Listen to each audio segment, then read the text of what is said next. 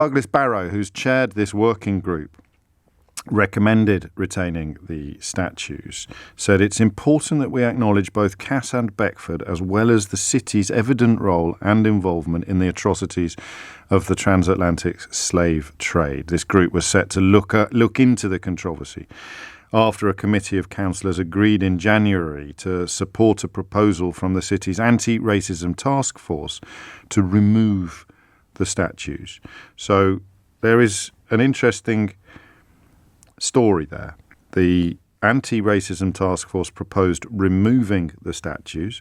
A committee of councillors was set up to look into it, and it has concluded. A group was set in to look into the findings of the committee, and the group has concluded that they will keep the statues up and add plaques explaining. Now, some people don't know what white privilege is. Again, I think most of them are pretending. It's fairly obvious. If you've never been abused or discriminated against because of the colour of your skin in this country, you have enjoyed some white privilege. You could still be very near the bottom of the pile. You could still be skint. You could still be struggling in all manner of different ways, but you've never been denied a job or treated differently by a teacher or discriminated against in any of the obvious ways that a majority white country can discriminate against an ethnic minority, then you have benefited from what is perhaps unhelpfully for some people called white privilege. And I have white privilege because I've got an opinion about this. And I'm not sure I should. And I can't not have an opinion, but I certainly 5 years ago would have thought it was valid. I think I might even, I hope not, I do hope not, but it's possible that I would have even mounted an argument as to why my opinion was just as important as the opinion of somebody whose family and whose ancestors had been enslaved. I think I could have made probably an argument, you know me, I can start an argument in an empty room, but I think I would have meant it. That's the point, isn't it? I think I would have meant it when I said, well, hang on, this is our shared history. And no matter that it was your ancestors who directly benefited from it or your ancestors that were directly enslaved from it, in the 21st century, in the modern world, we must all talk together about how we move forward. But that changed for me, oddly, when the statue of William Colston was pulled down in Bristol. Now, for those of you who don't know or who pretend not to understand these factors, and I do appreciate there are two different categories there. There are plenty of people who genuinely don't know. And as we touched on in the last hour, talking about property, those of us who don't understand much should probably watch our opinions a lot more closely than those who do understand things. For example, not a lot of people who reached for the blue touch paper during the protests in Bristol seemed to know that there had been strenuous efforts in that city to get plaques put on that statue explaining precisely what William Colston's past involved in the enslavement of African people, and that these calls for a plaque to be put on the statue had been regularly and routinely rejected by elected representatives in Bristol. So that seems to me to be quite an important part of the conversation. It was when that statue that was pulled down, it was then that I framed a question. And as with all questions about decency and equality, it is built upon empathy. And the way I managed to achieve empathy was by simply imagining walking down a road or walking past a statue that honoured the memory of a man who had enslaved my ancestors.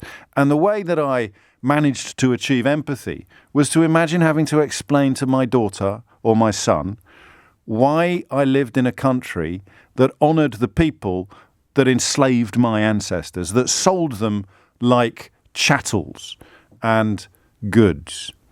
And I couldn't do it. I could explain what slavery was.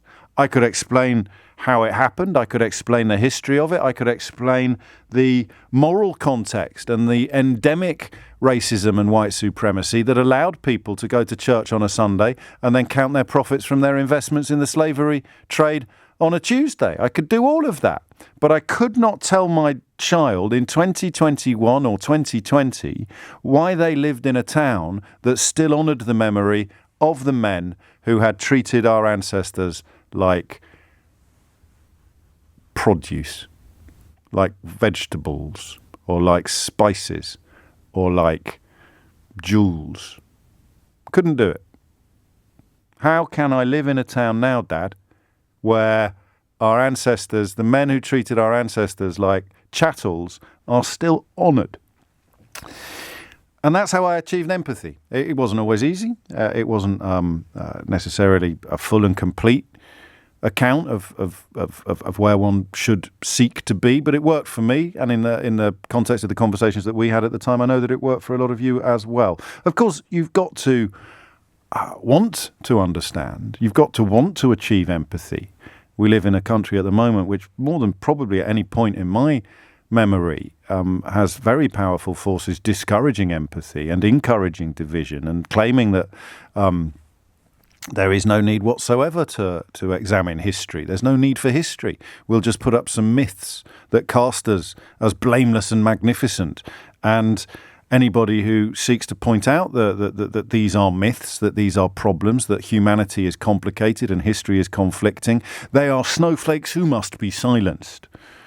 And then the next day, you'll be defending freedom of speech again. Monday, you silence snowflakes. Tuesday, you cast yourself as a doughty defender of free speech. So I thought it was good when that statue got pulled down. I appreciate some people might have problems with the sort of social behaviour implications. You can't have angry people running up and down the country tearing down everything. But I thought it was pretty cool when they pulled down a statue of Saddam Hussein as well. I thought it was pretty cool when they got rid of a Jimmy Savile statue shortly after he died. And I thought it was pretty cool when they pulled down the statue of William Colston in Bristol, brackets, after attempts to get a plaque put on the plinth explaining his relationship with the slave trade had been regularly rejected by the council, close brackets. But today I don't know, is the short answer. And I don't know how much my opinion even matters. So let's just do it in a Black Lives Matter kind of way. And Black Lives Matter, of course, is more of a statement than a movement. And the silent parentheses, which again, I never know how to tell the difference between people who are pretending not to understand this and people who just need a little bit of help understanding it. The message of the Black Lives Matter statement is that black lives should matter as much as white lives do. It's fairly obvious, but I appreciate so much effort is put into pulling the wool over your eyes in these sort of conversations, in these sort of contexts, that sometimes you need to put a bit of effort into lifting the wool from the eyes. That's what it means. So if you have, I nearly said skin in the game, and then I thought that would be really inappropriate. And then I thought, actually, would it? Because this is a conversation where the colour of your skin defines the value of your opinion, I think. It is highly unlikely that there'll be a little white kid strolling through the streets of the City of London asking his dad to explain why they're honouring people who enslaved his ancestors. So, yeah, if you've got skin in the game, you go to the front of the queue today.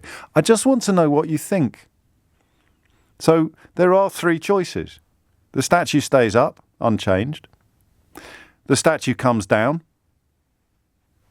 Or the statue stays up with history attached to it.